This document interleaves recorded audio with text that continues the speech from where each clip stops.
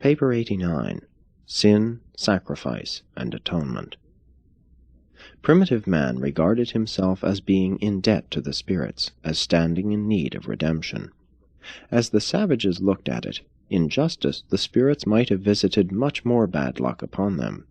As time passed, this concept developed into the doctrine of sin and salvation. The soul was looked upon as coming into the world under forfeit, original sin. The soul must be ransomed, a scapegoat must be provided. The headhunter, in addition to practicing the cult of skull worship, was able to provide a substitute for his own life, a scape man. The savage was early possessed with the notion that spirits derive supreme satisfaction from the sight of human misery, suffering, and humiliation. At first, man was only concerned with sins of commission, but later he became exercised over sins of omission, and the whole subsequent sacrificial system grew up around these two ideas. This new ritual had to do with the observance of the propitiation ceremonies of sacrifice. Primitive man believed that something special must be done to win the favor of the gods. Only advanced civilization recognizes a consistently even-tempered and benevolent God. Propitiation was insurance against immediate ill luck rather than investment in future bliss, and the rituals of avoidance, exorcism, coercion, and propitiation all merge into one another. 1. The taboo. Observance of a taboo was man's effort to dodge ill luck, to keep from offending the spirit ghosts by the avoidance of something. The taboos were at first non-religious, but they early acquired ghost or spirit sanction, and when thus reinforced, they became lawmakers and institution builders.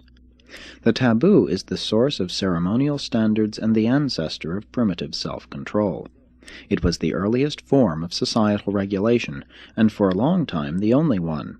It is still a basic unit of the social regulative structure. The respect which these prohibitions commanded in the mind of the savage exactly equaled his fear of the powers who were supposed to enforce them.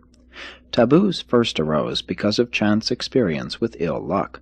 Later they were proposed by chiefs and shamans, fetish men who were thought to be directed by a spirit ghost, even by a god. The fear of spirit retribution is so great in the mind of a primitive that he sometimes dies of fright when he has violated a taboo, and this dramatic episode enormously strengthens the hold of the taboo on the minds of the survivors.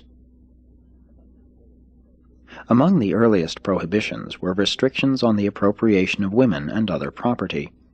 As religion began to play a larger part in the evolution of the taboo, the article resting under ban was regarded as unclean, subsequently as unholy. The records of the Hebrews are full of the mention of things clean and unclean, holy and unholy, but their beliefs along these lines were far less cumbersome and extensive than were those of many other peoples. The 7 commandments of Dalmatia and Eden, as well as the 10 injunctions of the Hebrews, were definite taboos, all expressed in the same negative form as were the most ancient prohibitions. But these newer codes were truly emancipating in that they took the place of thousands of pre-existent taboos. And more than this, these later commandments definitely promised something in return for obedience. The early food taboos originated in fetishism and totemism. The swine was sacred to the Phoenicians, the cow to the Hindus. The Egyptian taboo on pork has been perpetuated by the Hebraic and Islamic faiths.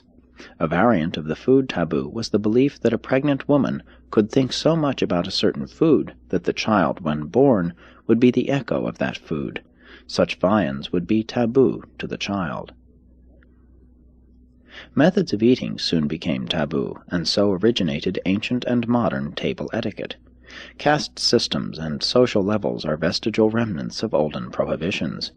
The taboos were highly effective in organizing society, but they were terribly burdensome. The negative ban system not only maintained useful and constructive regulations, but also obsolete, outworn, and useless taboos. There would, however, be no civilized society to sit in criticism upon primitive man, except for these far-flung and multifarious taboos. and the taboo would never have endured but for the upholding sanctions of primitive religion. Many of the essential factors in man's evolution have been highly expensive, have cost vast treasure and effort, sacrifice, and self-denial, but these achievements of self-control were the real rungs on which man climbed civilization's ascending ladder. 2. The concept of sin. The fear of chance and the dread of bad luck literally drove man into the invention of primitive religion as supposed insurance against these calamities.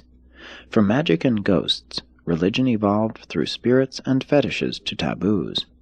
Every primitive tribe had its tree of forbidden fruit, literally the apple, but figuratively consisting of 1,000 branches hanging heavy with all sorts of taboos. And the forbidden tree always said, "Thou shalt not." As the savage mind evolved to that point where it envisaged both good and bad spirits, and when the taboo received the solemn sanction of evolving religion, the stage was all set for the appearance of the new conception of sin. The idea of sin was universally established in the world before revealed religion ever made its entry. It was only by the concept of sin that natural death became logical to the primitive mind. Sin was the transgression of taboo, and death was the penalty of sin. Sin was ritual, not rational, an act, not a thought, and this entire concept of sin was fostered by the lingering traditions of Dilmun and the days of a little paradise on earth. The tradition of Adam and the Garden of Eden also lent substance to the dream of a one-time golden age of the dawn of the races.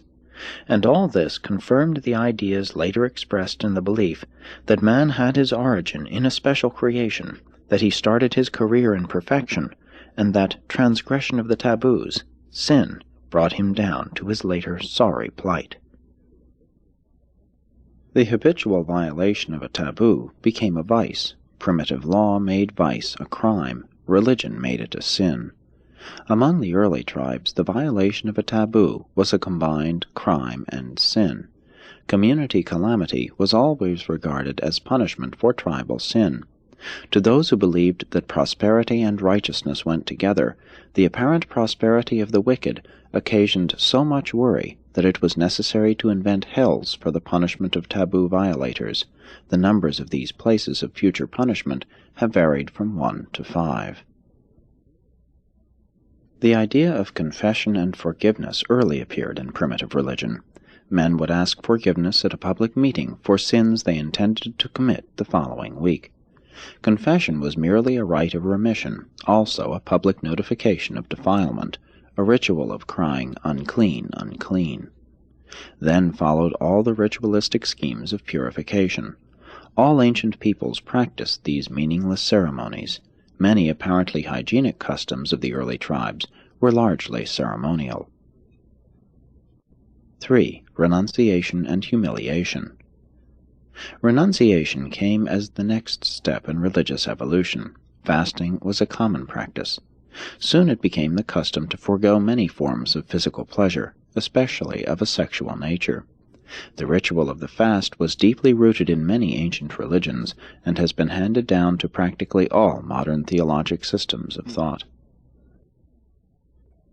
Just about the time barbarian man was recovering from the wasteful practice of burning and burying property with the dead, just as the economic structure of the races was beginning to take shape, this new religious doctrine of renunciation appeared, and tens of thousands of earnest souls began to court poverty.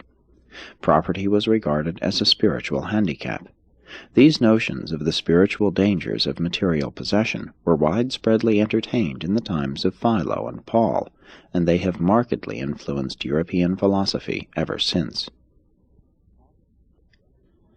Poverty was just a part of the ritual of the mortification of the flesh which, unfortunately, became incorporated into the writings and teachings of many religions, notably Christianity. Penance is the negative form of this oft-times foolish ritual of renunciation. But all this taught the savage self-control, and that was a worthwhile advancement in social evolution. Self-denial and self-control were two of the greatest social gains from early evolutionary religion.